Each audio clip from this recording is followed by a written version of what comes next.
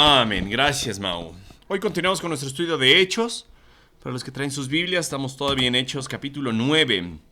Ya hablamos de la conversión de Pablo, que fue lo principal en este capítulo.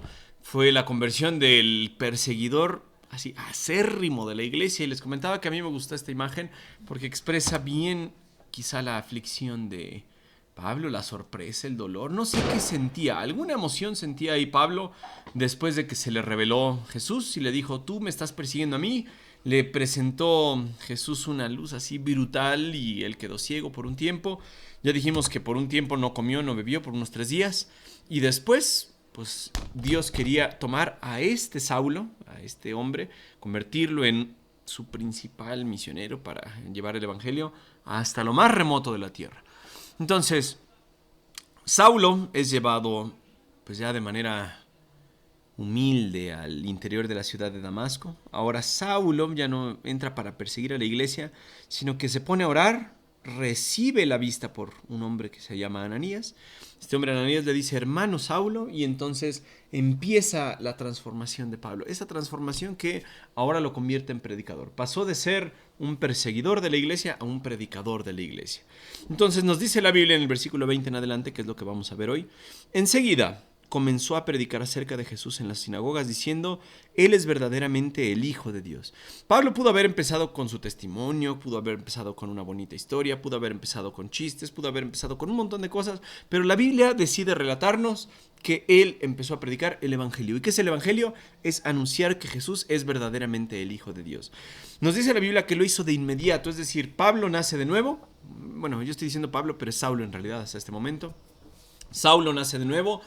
Él ya sabía de las escrituras, él ya sabía de Jesús, él ya sabía de la iglesia y muy probable sabía de todo lo que el Antiguo Testamento hablaba del Mesías. Quizá en estos días que estuvo en ayuno, estuvo meditando, estuvo orando, pudo dar la continuidad, pudo hacer clic en su cabeza lo que decía el Antiguo Testamento con lo que había pasado Jesús. Quizá por eso fue tan fácil para Saulo, el predicar de manera inmediata. Algunos de ustedes llevan años en el Evangelio, llevan años sabiendo de Jesús y no se atreven a predicar, no se atreven a hablar de Jesús. ¿Por qué? Porque dicen: no tengo suficiente preparación, no soy lo suficientemente elocuente, yo soy un bebé en la fe. Pero Saulo era una bestia, ya sabemos. Entonces, Saulo empieza su ministerio predicando, hablándoles a otros de el mensaje de Jesús. Y dice: y todos los que lo oían quedaban asombrados. ¿Por qué? Porque sabían que Saulo venía a destruir a la iglesia. Y se preguntaban: ¿no es este el mismo hombre que causó tantos estragos entre los seguidores de Jesús en Jerusalén? Se preguntaban. ¿Y no llegó aquí para arrestarlos y llevarlos encadenados ante los sacerdotes principales? Ellos sabían cuál era la razón de que Pablo estuviera en Damasco. Sabían que Saulo había salido de Jerusalén para perseguir a la iglesia y los quería llevar encarcelados a los principales de Jerusalén. Entonces la gente se quedaba: o sea, él me está predicando del evangelio y no venía él a destruir a aquellos que predicamos el evangelio. Tal vez algunos tenían duda, tal vez algunos decían: ¿no será una estrategia de este cuate para arrestarnos, hacerse pasar por uno de nosotros, ganarse nuestra amistad y después llevarnos a la cárcel? Imagínense el miedo con el que se podían acercar los cristianos a este hombre. Pero dice la Biblia: la predicación de Saulo se hacía cada vez más poderosa y los judíos de Damasco no podían refutar las pruebas de que Jesús de verdad era el Mesías. Ahora Pablo ya no discute contra la iglesia. Ahora Pablo ya no está discutiendo, o Saulo, perdón. Saulo no está discutiendo contra Esteban o contra algún otro apóstol o diácono. Ahora él toma a los judíos y les enseña a los judíos que Jesús era el Cristo, obviamente pues por los textos del Antiguo Testamento. Y ya no había judío que pudiera refutar eso. Entonces él empieza a ganar credibilidad en su ministerio, empieza a la gente a ver que realmente le había transformado, bueno, Dios había transformado su corazón. Y el resultado fue pues lo mismo que él quería hacer. Poco tiempo después, unos judíos conspiraron para matarlo. Lo que ahora querían hacer estos judíos, que quizá eran sus amigos, que quizá Pablo se estaba dirigiendo hacia ellos, o Saulo se estaba dirigiendo hacia ellos, ahora dijeron: no, tenemos que eliminar a este cuate, a este hombre lo tenemos que matar, porque ya está predicando de Jesús y justo él estaba en contra de eso. Nos dice la Biblia: día y noche vigilaban la puerta de la ciudad para poder asesinarlo. Él estaba en Damasco, recordemos, estaba en ese lugar. La gente lo quería asesinar. Se pusieron ahí de guardia en la puerta todo el tiempo. Y nos dice: pero Saulo se le informó acerca del complot. De modo que durante la noche algunos de los creyentes lo bajaron en un canasto grande por una abertura que había en la muralla de la ciudad. una de esas canastas grandes, una de esas cestas grandes. De hecho, Rairi hace una diferencia entre canasto y cesta cuando Jesús alimenta hacia las multitudes. ¿Se acuerdan que una vez recogió 12 cestas que eran más chiquitas? Los canastos eran más grandotes. En una vez fueron 2, en una vez fueron 7. Pues bueno, cuando fueron 7 fueron de este tamaño en el que bajaron a Saulo. Una cosa barbárica. Entonces, en esto metieron a Saulo, lo bajaron por las murallas para que no lo mataran porque las puertas estaban vigiladas y querían matar a Saulo. Nos dice la Biblia, cuando Saulo llegó a Jerusalén, de Damasco se trasladó a Jerusalén, no sabemos cómo. Tal vez había hermanos que tenían caballos, tal vez había alguna persona que lo transportó, no sabemos si en su mismo caballo, no sabemos. Saulo llegó a Jerusalén y trató de reunirse con los creyentes, pero imagínense el miedo que tenían los creyentes. ¿Cómo van a confiar en él? Entonces trató de reunirse con los creyentes, pero todos le tenían miedo.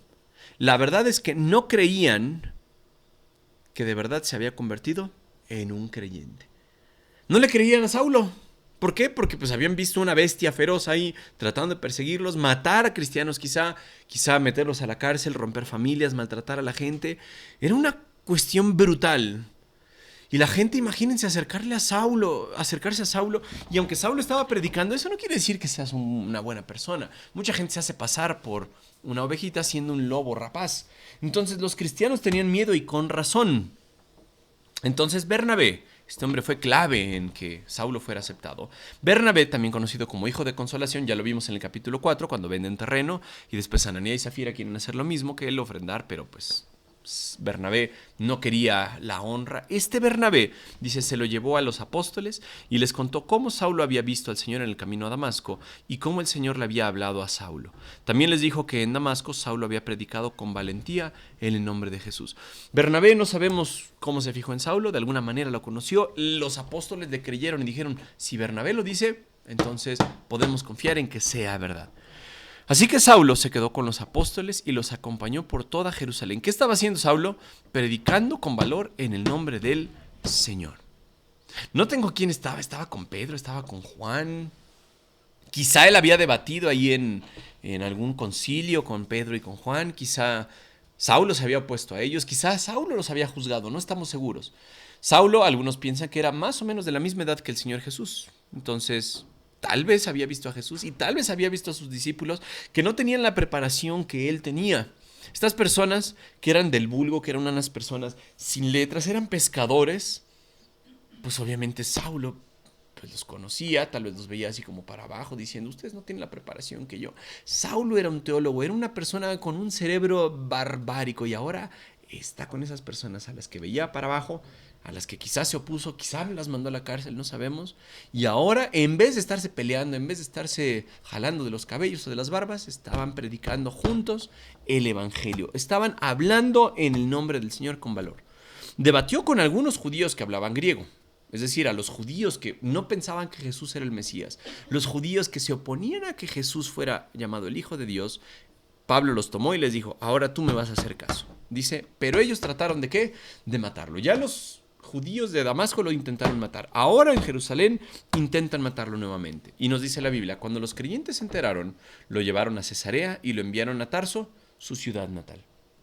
Entonces lo sacan de Jerusalén, lo llevan a una ciudad costera, Cesarea, que estaba más hacia el occidente, y después lo mandan al norte, a donde actualmente es Turquía. De ahí era él. Entonces lo mandaron, ¿por cuánto tiempo? Pues no sabemos. Tuvo, por lo que vemos en otros libros, en Gálatas, tiempo de entrenamiento en Arabia. Pero nos dice la Biblia, Saulo estaba ya allá en el norte, en Tarso. Y entonces, ¿qué pasó con la iglesia? La iglesia entonces tuvo paz por toda Judea, Galilea y Samaria. Esas tres regiones, ¿dónde están? Si nosotros dividiéramos Tierra Santa, o el país que antes era Israel, la parte norte es Galilea, la parte intermedia es Samaria y la parte del sur es Judea. Es decir, los tres estados, las tres regiones estaban ahora en paz. Ya dijimos, había iglesia en Samaria, sí, por la predicación de Felipe en el capítulo 8 y después los apóstoles Juan y Pedro fueron para allá. Y nos dice la Biblia, la iglesia se fortalecía y los creyentes vivían en el temor del Señor. Y con la ayuda del Espíritu Santo también creció en número. Uno podría decir, oye, la iglesia creció gracias a los esfuerzos de Pablo, gracias a que los apóstoles fueron dirigentes. Bueno, Dios los usó, pero en realidad el crecimiento de la iglesia, ¿gracias a quién fue? Nos dice al Espíritu Santo. El Espíritu Santo era el que traía a las personas, el que las convencía de pecado, de justicia y de juicio. El Espíritu Santo les hablaba al corazón, el Espíritu Santo les enseñaba lo que necesitaban conocer y los convencía de que Jesús era el Cristo. Lo mismo que estaba predicando Saulo, lo mismo que estaba predicando los apóstoles, lo mismo que estaban predicando en otros lugares los otros cristianos. La iglesia, nos dice la Biblia, se fortalecía y ese era el resultado de que ahora esta bestia depredadora había sido transformada por Dios. Entonces, aprendemos muchas cosas de esto. Obviamente, el mensaje de la iglesia siempre fue predicar que Jesús es el Cristo. También podemos ver que si Dios salvó a Pablo, imagínense lo que nos puede hacer a nosotros. Nos puede salvar, sí, aunque seamos los peores, aunque nos sintamos unas basuras, aunque nos seamos unas porquerías, Dios puede salvarnos a nosotros y después no solamente de salvarnos, también nos puede ocupar para el ministerio.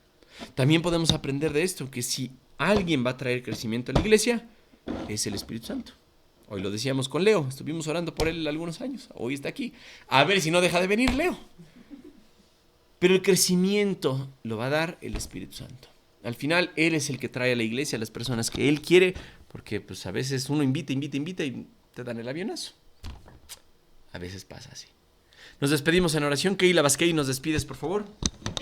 Señor Jesús, te damos muchas gracias por el estudio de esta tarde. Gracias, Dios mío, por el doctor, por Leo también, por que has tocado, Señor, y él ha regresado y te pedimos, Señor, para que él permanezca. Gracias por el estudio, Señor, de la palabra y que nosotros podamos predicar como lo hizo este hombre, Señor, y para poder ayudar y darles las buenas noticias a nuestros prójimos. Gracias por todo, Dios. Llévanos con bien a casa. Amén. Amén.